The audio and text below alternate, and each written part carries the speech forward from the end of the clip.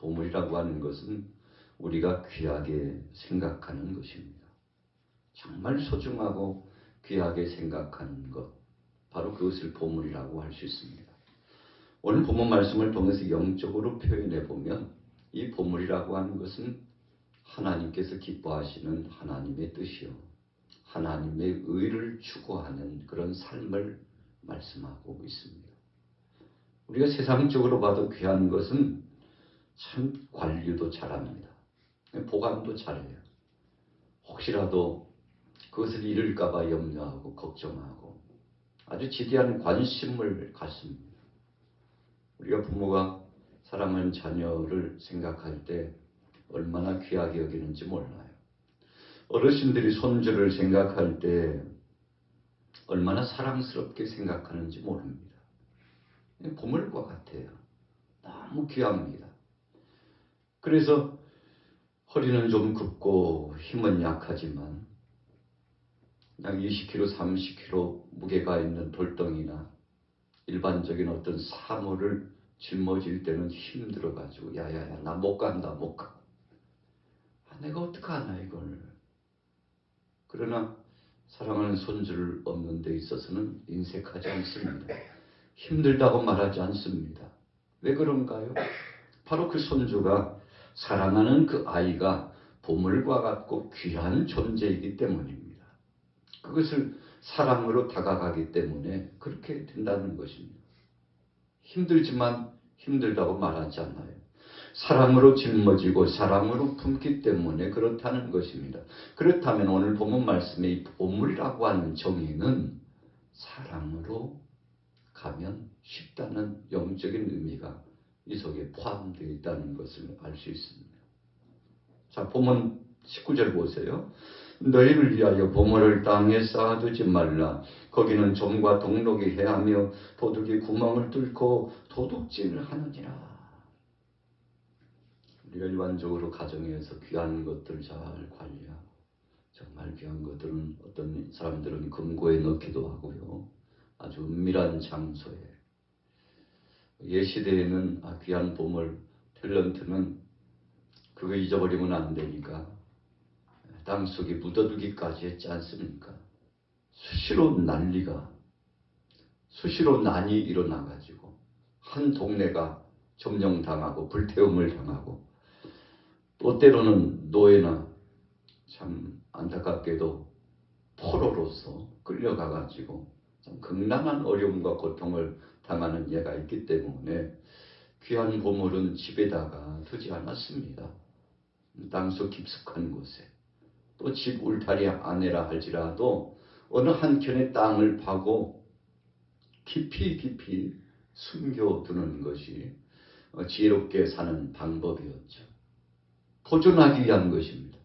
귀하다고 하는 것을 보존하기 위하여서는 그만큼 성심을 써야 된다는 것을 의미하죠. 세상 일도 그러하지만 우리가 영적으로 하나님 편에서 기뻐하시는 하나님 나라 복음 중심, 이 복음주의적인 사역을 진행하는 데 있어서는 더더욱 중요한 의미 부여가 되는 거 아니겠습니까? 그래서 땅에 쌓아두지 말라. 거기는 좀과 동록이 해하며 도둑이 구멍을 뚫고 도둑질하기 때문이라고 그랬습니다. 그거 빼앗기면 얼마나 마음이 아프겠습니까? 그것이 우리 눈에 사라지면 그 상황이 얼마나 극난하고 고통스러움이 찾아오겠습니까? 그래서 그것을 잘 관리하고 보존하기 위해서는 보존할 만한 상황 속에 그것을 잘 보존하기를 원하셨던 것이죠. 자, 20절 보세요. 오직 너희를 위하여 보물을 하늘에 쌓아두라. 거기는 좀이나 동록이 해하지 못하며 도둑이 구멍을 뚫지도 못하고 도둑질도 못하느니라. 귀하다고 생각했으면 그것이 본질적으로 의미 있는 것이라고 생각했으면 또 더 나아가서 하나님께서 영광을 받으실 만한 것이라고 생각했으면 하나님께 맡겨두고 육신적인 소욕과 인간적인 생각과 판단, 그런 결정으로 살아가지 말고 욕심내지 말고 하나님 앞에 맡기고 하나님 나라와 그분의 의를 위하여서 결단하고 주님 앞에 전폭적으로 의지하며 살아가기를 원하셨던 것이죠. 그러면 그 누구도 빼앗아가지 못한다는 것입니다. 여기서 좀이나 동록이나 도둑이라고 하는 것은 영적으로 보면 사탄을 의미하고 있습니다. 귀신의 역사를 말씀합니다. 우리 안에 있는 것 정말 보배로운 이 믿음을 악한 것이요 빼앗아가려고 합니다. 시험의 무대 가운데 넘어지게 합니다. 미혹에 빠지게 합니다. 하나님의 것보다는 세상 것을 더 귀하게 여기도록 자꾸만 우리의 마음 씀씀이가 잘못된 방향으로 나가도록 그렇게 우리를 향해서 악대하고 미혹의 역사를 던진다는 거죠. 속아서는 안 된다는 것입니다. 이 귀하고 보배로운 것을 잘 보존하고 하나님 앞에 영광을 돌리며 사랑하는 하나님의 자녀답게 살아가고 누리기 위해서는 그만큼 땅의 목적이 아니라 하늘의 목적을 두고 세상 정욕의 목적이 아니라 성령 안에 하나님께서 기뻐하실 것에 마음을 두고 목적을 두며 살아가라는 것입니다. 여러분 그렇게 하는 것만이 보존하는 비결입니다. 그래서 물을 지킬 만한 것보다 더욱 내 마음을 지키라 그랬죠. 생명의 근원이 이에서 나기 때문이다 말씀했습니다. 여러분 생명의 근원이라고 하는 것은 복음주의적인 하나님 나라의 역사. 그래서 하나님의 뜻 가운데 의를 위하여 살아가는 삶의 방편 아니겠습니까? 자 보세요. 21절에 내 보물이 있는 그곳에는 내 마음도 있느니라. 이 보물이라고 하는 것은 귀한 것이기 때문에 마음이 쓰여진다는 거 아니겠습니까? 그래서 우리의 마음이 쫓아간다는 것입니다. 우리가 귀하게 생각하는 것일수록 마음이 쓰인다는 것인데 세상 것에 마음을 빼앗겼다는 것은 세상 것을 귀하게 여긴다는 거죠. 사탄이 좋아하고 귀신의 역사들이 좋아하고 세상의 풍조를 쫓아 살아나가면 나도 모르는 사이에 그것에 머물고 썩어질 것의 형상에 열매를 맺을 수밖에 없다는 것인데 그래서 무엇을 어떻게 심고 가꾸느냐라는 것은 매우 중요한 것입니다. 구체적으로 이제 22절에 말씀합니다. 눈은 몸의 등불이니 그러므로 내 눈이 성하면 온몸이 밝을 것이요 눈이 나쁘면 온몸이 어두울 것이니 그러므로 내게 있는 빛이 어두우면 그 어두움이 얼마나 더하겠느냐. 여러분 눈이라고 하는 것은 참 보배롭다고까지 하지 않습니까? 소경이 소경을 인도할 수 없다는 사실을 말씀해 주고 있죠. 그래서 우리가 빛의 말씀, 하나님의 은혜의 말씀을 붙잡고 불을 켜되 등경 위에 두고 등경 아래 두지 않는다고 그런 것처럼 높이 높이 이 빛을 발산하고 하나님이 기뻐하실 일을 향해서 쫓아나가는 것이 중요한데 여러분 그래서 그 위치라고 하는 것 어디에 머무느냐라고 하는 것은 아주 중요한 의미입니다.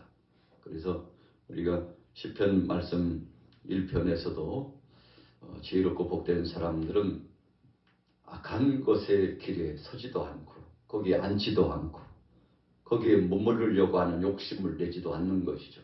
진정 복된 사람은 의의 길을 쫓아가고 하나님이 기뻐하실 것을 향하여 추구해 나가는 거죠.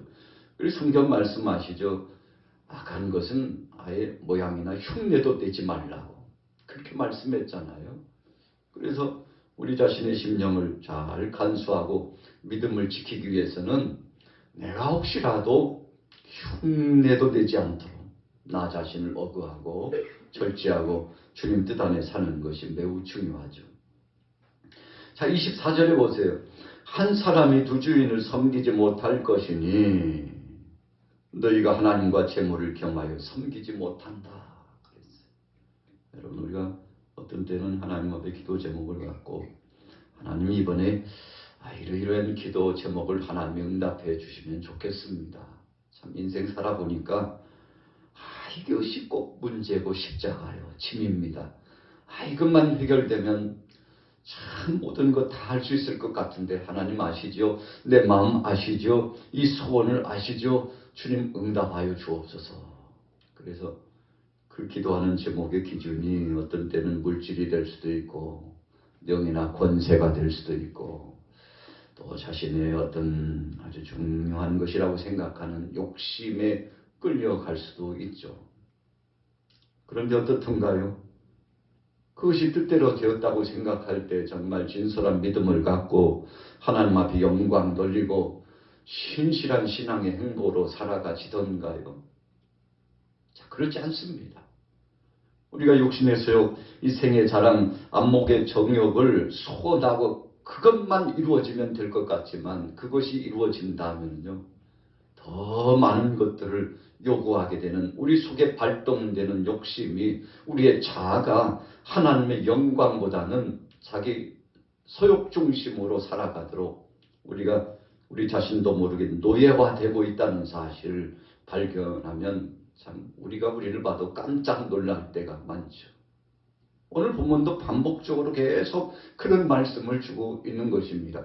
보물이라고 하는 것, 우리가 귀하게 여기는 것과 하나님께서 귀하게 여기시며 하나님께서 뜻하시는 것하고는 다를 수 있다는 것입니다. 우리 편에서는 참 정말 중요한데 이거 없이는 못 살겠는데 그러는데 하나님께서는 야야야 그것도 죽는 길이야. 너 그쪽으로 가면 고통스럽고 괴롭고 스트레스는 쓴뿌리와 같은 삶을 산다니까 빨리 손에서 떼는 게 좋아. 내려놓을수록 복이야. 이런 영적으로 성령께서 우리에게 가르쳐 주심 아니겠습니까? 여러분 그러나 우리는 성령님의 인도하심과 그 음성 우리 마음속에 녹화하고 있는 하나님의 뜻보다는 내가 생각했던 내 자아와 내 욕심 중심으로 결정하고 나아갈 때가 훨씬 더 많지 않습니까? 그 당시엔 몰랐는데 지내놓고 보니까 야 물거품과 같고 아침 안개와 같고 이슬과 같고 내가 왜 이랬는지 몰라. 잘못된 결정이었어. 사실은 그럴 걸 뻔히 알고 있으면서도 나도 모르게 내 발걸음이 움직여지고 자꾸만 내 손이 가고 그랬지. 내 마음이 끌리고 그랬지. 그때 영적으로 진단되고 성령께서 간식하시면서 말씀하실 때 즉시 돌이켰어야 되는데 여러분 후에 막심한 적이 한두 번이 아니지 않습니까? 우리 인생들이 그렇습니다. 그래서 24절 후미에 허기를 주미 여기고 저를 경히 여깁니다. 너희가 하나님과 재물을 겸하여 섬길 수 없다라고 분명히 말씀하고 있죠. 여러분 우리는 어찌 보면요 우리 자신에게 속고 살 때가 굉장히 많습니다. 그것이 참된 길이요 복된 길이라고 생각하고 갔는데 허망한 꼴을 너무 많이 볼 때가 있다는 것이죠. 자, 하나님 뜻 중심으로 하나님께서 주신 지혜의 말씀 중심으로 명예나 권세나 물질의 탐욕보다는 하나님 영광 중심으로 세상에 썩어질 것보다는 영원히 존재하고 우리에게 부여될 그 놀라운 상을 위하여 우리가 쫓아가는 것이 복된 것 아니겠습니까? 자, 26절로 넘어가 봅니다.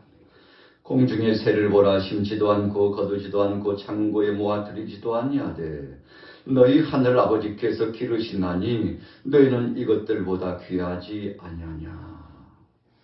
28절에는 들의 백합화를 보라고 했습니다. 30절에는 들풀도 하나님께서 이렇게 입혀주시거늘 오늘 이 문맥을 보면 예수님께서 좀 답답해 하시는 듯한 인상이 짙어요.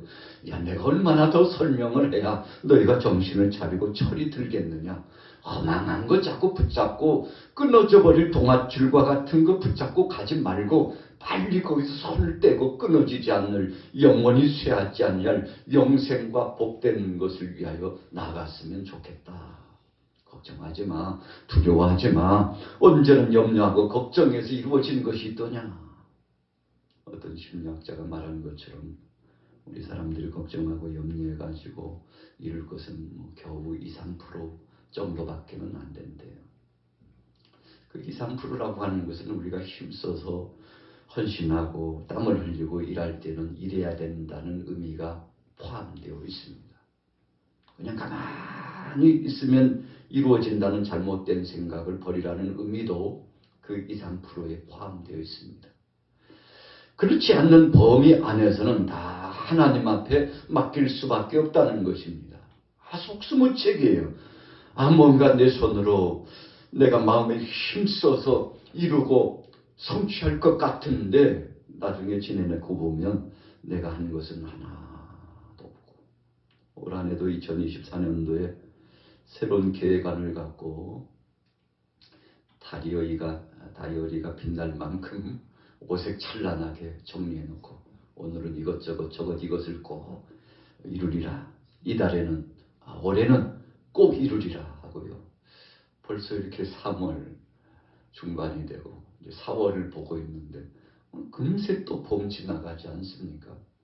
그런데 지나간 석 달의 과정들을 보면 하나씩 체킹하고 나가다 보니까 또 이것도 안 됐네. 참 아쉽다. 왜 내 마음대로 안 되지? 계획은 오색 찬란한데 이루는 것은 참 덧없이 허무한 일들을 많이 당하는데, 그런데 그 모든 것들을 하나님 앞에 맡기면서 주여 올해는 주님 뜻 안에서 살겠습니다. 주님께서 알아서 해 주옵소서. 오직 주님께서 분부하시고 말씀하신 바에 따라 순종하고 갈 뿐입니다. 결과는 하나님 앞에 맡기겠습니다. 그래서 이 초심을 버리지 않고 하나님 중심으로 나아가면 도대체 올 한해 뭘 했나 싶은데 하나 둘 셋 넷 손가락을 헤아려 보면 하나님이 해 주신 것이 얼마나 많은지. 여러분, 어쩌면 우리는 너무 성급하기 때문에 또 하나님의 은혜에 감사하지 않기 때문에 늘 불만하고 초조하고 괴로워하고 있는지 모릅니다. 그래서 초입에 말씀드린 것처럼 우리 자신의 욕심 속에 우리가 속고 있는 것이라는 거죠.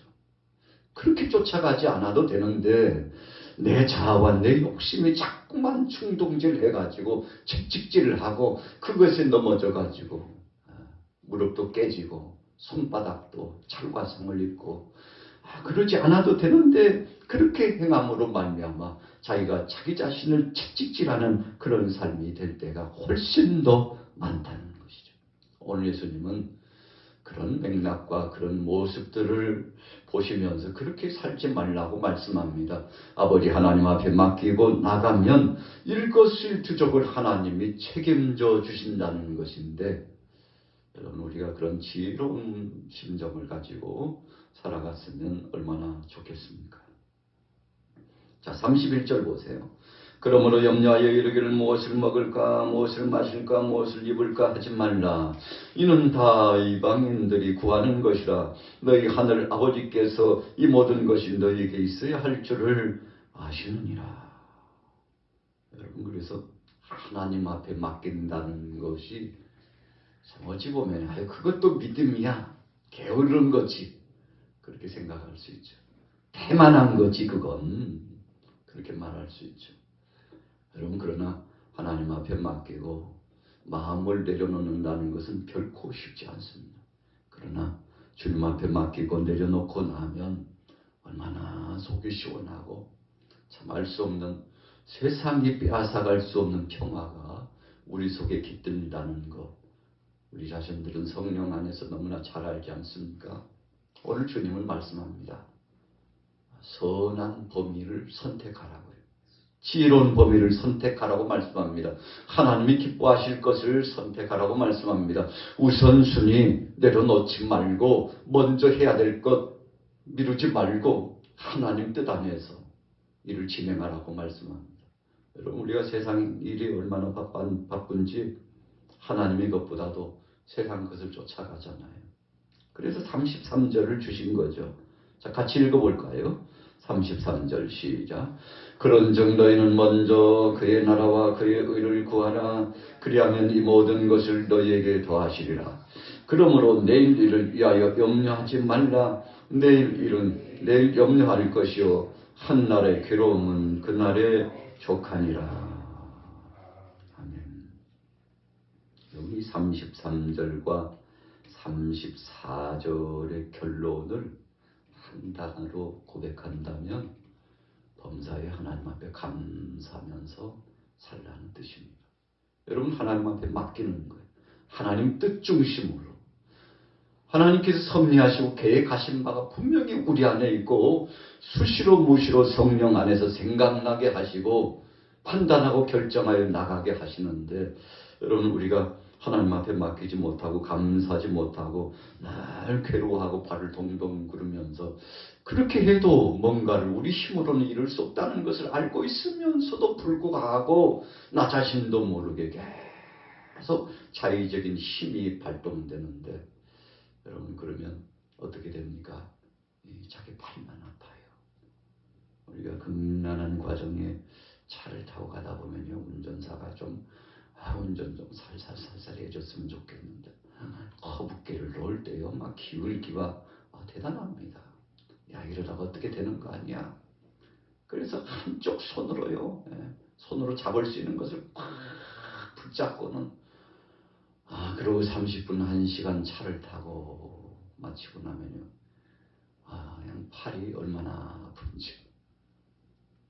여러분, 그러나 모든 것을 맡기고 그냥 오른쪽으로 기울어지면 기울어지는 대로, 왼쪽으로 기울면 기우는 대로 그냥 몸을 맡기고 넉넉히 평안을 유지하고 여행을 마치고 나면은 몸도 안전하고 심적으로도 평화를 유지할 수 있는 것이죠.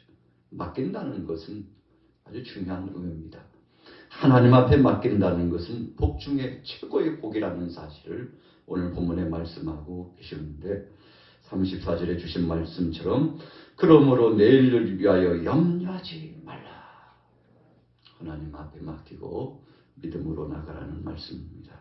오늘 하루도 혹시라도 내가 하려다가 너무나도 극난한 과정 속에 힘겨워하고 있지는 않는지, 우리 자신들 다시 한번 주님 앞에 내려놓고 믿음으로 승리하시게 되시기를 예수님의 이름으로 축원합니다.